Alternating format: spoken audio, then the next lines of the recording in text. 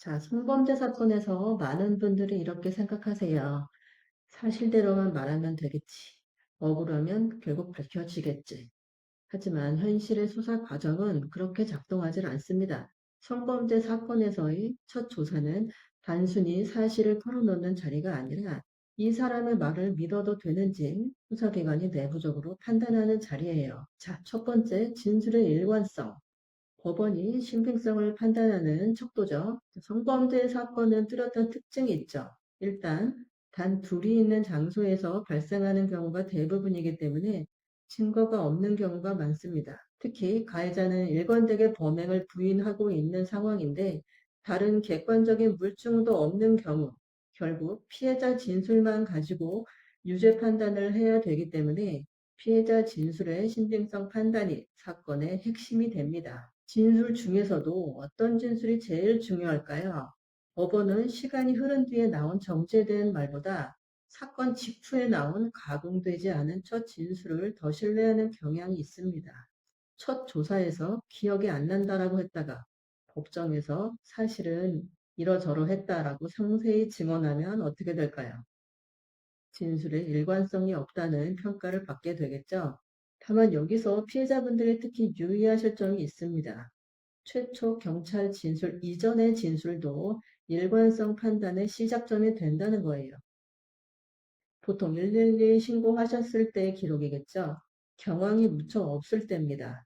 112 신고나 진술서 쓰실 때는 폭행 당했다, 퇴거시켜 달라라는 말만 하고 성범죄에 대한 이야기는 누락했다가 정식 경찰 조사 때 처음으로 성범죄 피해를 진술하는 경우들이 종종 있어요. 자, 이 경우 수사기관은 기억이 제일 선명할 때 왜 진술을 안 했을까라고 생각할 수 있겠죠. 물론 그러한 사정을 사후에 설명할 수는 있을 겁니다. 하지만 내가 설명을 해야 된다는 사실이 부담이 될 수 있겠죠. 법정에 증언하러 가면 반드시 피고인 측 변호인으로부터 그 부분 질문을 받으실 겁니다. 진술의 일관성은 피해자 진술의 신빙성을 판단하는 가장 중요한 기준이기 때문입니다. 자, 두 번째, 자백의 비가역성. 한 번 뱉은 말은 주워 담을 수 없습니다. 자, 피의자인 경우 수사관이 처음부터 적대적으로 나오는 경우는 별로 없어요. 오히려 선의처럼 보이는 질문, 마치 내 심정을 이해하는 듯한 질문을 할 수 있습니다.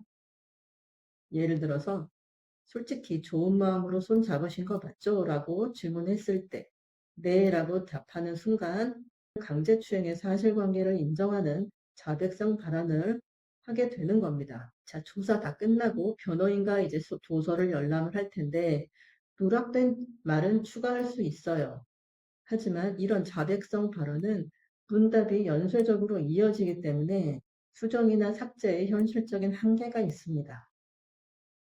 자백성 발언을 한번 하게 되면 그걸 전제로 한 질문과 대답이 계속 이어지기 때문이에요. 자, 첫 진술이 바로 기준이 되는 이른바 앵커링 효과 때문에 그 이후의 설명은 변명으로 보일 수 있고 수정은 번복으로 해석되기 쉽습니다. 그래서 첫 조사는 설계의 영역이에요. 무엇을 말할지보다 무엇을 말하지 않을지 먼저 정하지 않으면 그 태도가 쉽게 무너질 수 있습니다. 자, 세 번째, 모르는 건 모른다고 대답하셔야 돼요. 제대로 기억이 나지 않는 부분에 대해서 아마 그랬을 것 같다라고 진술하시면 위험해집니다. 처음에 질문을 받을 때는 대체로 중립적인 질문처럼 느껴질 수 있어요. 적대적이지도 않고 가볍게 묻는 것처럼 보여요. 그래서 경계 없이 추측을 섞어서 대답하게 되죠.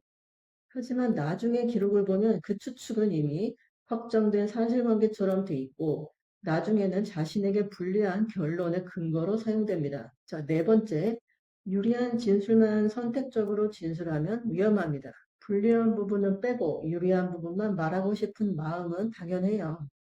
하지만 성범죄 사건에서 이 전략은 특히 유의하셔야 될 거예요. 왜냐하면 어떤 증거가 확보되었는지 모르기 때문이고 내 진술이 그 객관적 물증에 배치될 수 있기 때문입니다. 객관적 물증은 뭐가 있을까요? DNA 검사, CCTV, 블랙박스, 혈중 알코올 농도나 약물 검사 등이 있을 수 있고요. 상대방이 몰래 녹음한 음성 파일, 제3자에게 보낸 메시지, 사건 직후의 통화 기록 등이 있을 수 있습니다. 만약 상대방이 내가 일부러 얘기하지 않은 그 불리한 사실을 주장하고 입증까지 해버리면 내 진술은 신빙성이 확 떨어지는 겁니다. 실제 판결문에서 자주 등장하는 표현이 있습니다.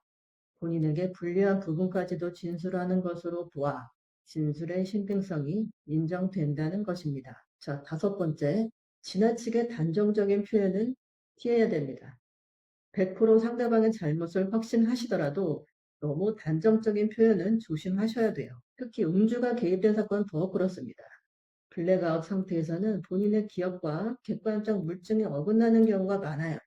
분명히 상대방에게 철벽을 쳤다고 기억을 하는데 CCTV에는 웃으며 그 사람한테 기대 있는 장면이 찍혀 있을 수 있어요. 또는 정말 만취했다고 기억을 하는데 멀쩡하게 걷고 있다거나 혈중 알코올 농도가 너무 낮게 나온다거나 자기에게 불리한 디지털 포렌식 결과가 나올 수도 있습니다. 내 진술과 객관적 증거가 크게 어긋나면 수사기관은 이미 그 순간 결론을 내버리죠. 음주 사건은 사람의 기억을 흐리게 하는 특성이 있기 때문에 내가 예상한 결과는 안 나올 수 있다는 걸 미리 명심하시면 좋을 것 같습니다. 자, 성범죄 사건 첫 조사. 신빙성 무너지지 않게 진술을 통제하는 자리입니다. 자, 첫 조사는 사건 전체를 끌고 가는 기준점이 됩니다. 그 기준점은 한번 만들어지면 생각보다 오래 따라옵니다. 저는 전체 구조에서 되는 것과 안 되는 것을 구분해드리는 김민정 변호사였습니다.